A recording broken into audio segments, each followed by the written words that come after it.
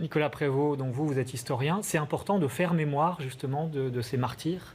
Ah oui, c'est très important parce que je pense qu'en fait, ils ont eu c'est un événement fondateur du christianisme, les martyrs, dès le départ. Et bon, je pense par exemple à Sainte Blandine. Donc, Sainte Blandine, je pense que c'est l'événement fondateur du christianisme en France. C'est-à-dire Et à Lyon en particulier. À Lyon en particulier. Donc, ça s'est produit en 177. C'est sous l'empereur Marc Aurèle. Donc, une cinquantaine de chrétiens ont été massacrés avec les fauves dans l'amphithéâtre, le théâtre des Trois Gaules à Lyon.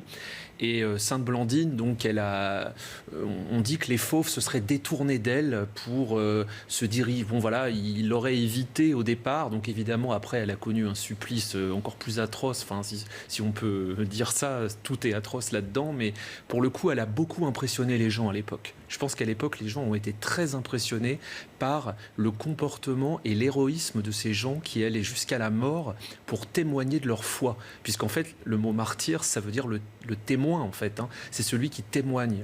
Et ce que je trouve intéressant aussi, moi, en tant qu'enseignant, c'est que l'historiographie scolaire française a gardé la figure de Sainte Blandine. Par exemple, on retrouve dans Michelet, dans l'histoire de France de Michelet, on retrouve la mention de Sainte Blandine, et on ne peut pas suspecter Michelet d'être favorable au christianisme, puisque c'est quand même...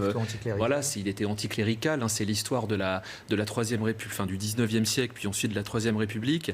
Il dit de Blandine, de ces martyrs, le plus glorieux fut une femme, une esclave, Sainte Blandine. Donc vous voyez, il la met en avant, et je pense, pour terminer, que c'est toujours le cas, puisque dans les manuels de 6e, par exemple, actuellement, sur le chapitre sur la naissance du christianisme, eh bien, très souvent figure Sainte Blandine. Donc elle est vue comme une figure fondatrice.